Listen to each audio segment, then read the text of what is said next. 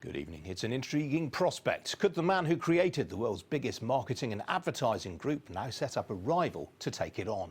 And will there be fresh impetus to break up WPP following the shock departure of Sir Martin Sorrell? Well, this is how WPP shares fare today. They closed down by nearly 6.5%. Well, with me now is Johnny Hornby of the advertising agency, the AND Partnership. Johnny, thanks very much for joining me. Awful lot of speculation about what happens next to WPP. Do you think this business is going to get broken up? I think what's important now is that the new leadership make a really good case, and I think there's a great case to be made for why it should be together. And I think, you know, clearly Martin's passing is the end of an era. You know, he is probably one of the biggest figures in the history of global media, up there with Rupert Murdoch, and you know what he's built was absolutely astounding, and you know people will talk quite rightly for a long time about his talents.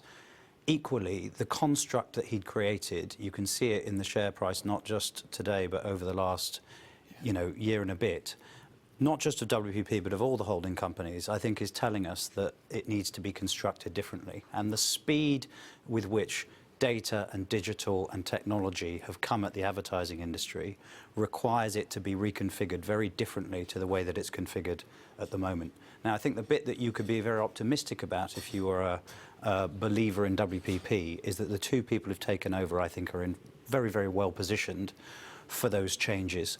Mark Reed is somebody who has been at Martin's side since the very beginning, but I think crucially has built all the digital assets within WPP, and digital is at the heart of what the reconstruction needs to take place around. And Mark Reed came out of the centre working with Martin for the last couple of years and took over Wonderman, one of the biggest pieces within WPP, and took that from, I think, a decline of 6 or 7% the year previously to 5% year-on-year growth. So I think he's very well positioned. I also think Andrew Scott, his other right-hand man, is somebody who knows this business inside out. You know, there's been a lot of speculation that says, does Martin run all this from some magical black book and etc. You know, every asset in that business, Andrew Scott will know and understand. So I think there's a big challenge, but I couldn't think of two better people to take it on. So they can be the glue that Sir Martin was in terms of holding all these disparate businesses together. Yes, and I think also crucially they need to take action to reconfigure those businesses in a very different way. You know, I think nowadays to have the creative people, the content people divorced from the people who are deploying that content in a world that's now going very real time is increasingly looking antiquated in all of the holding companies. So they're going to have to move fast to reconfigure it, but I think they're two people that know that and understand the digital world and will move fast to do that. Because it's a really interesting point you raised there.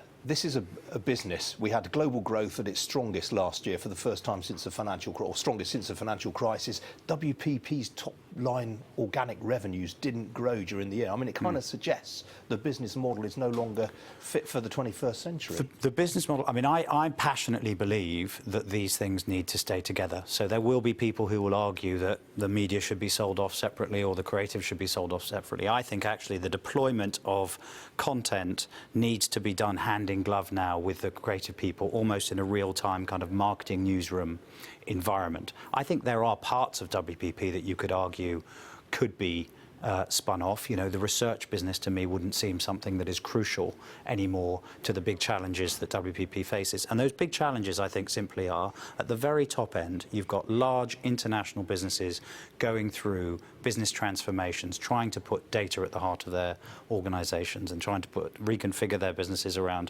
personalization and data.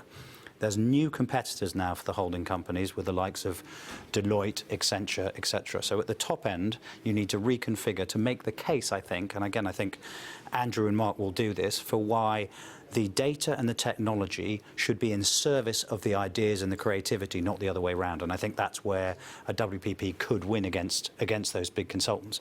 Then you've also got the challenge of the Facebooks and the Googles, and you have to very well make your case here for why you need an honest, transparent broker on the media side. You know, as long as we still have Facebook making claims, as they did last year, that there are more teenagers on their platform than there actually were teenagers in the whole of the UK, then I think there's a role for somebody to say, right, we should be between the brands and these technology companies as the honest brokers of media. And I think if you can make those two cases very well and reconfigure the business, then I think you've got a very good chance of bringing it back round. What about the clients, though? I mean, WPP's got something like £2 billion worth of business that comes up for tender this year. Yep. Are clients going to walk?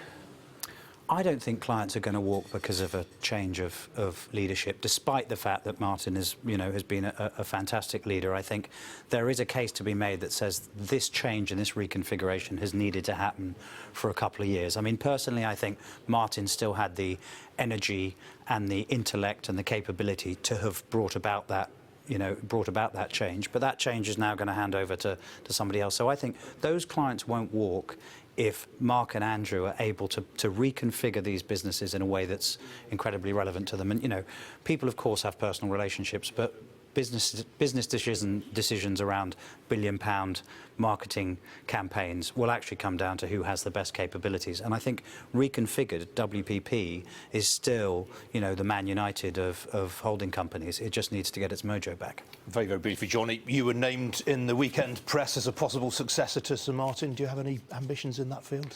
No, I think my business is going along very nicely as it is, Ian, and I have huge faith in Andrew and Mark to do a great job with it.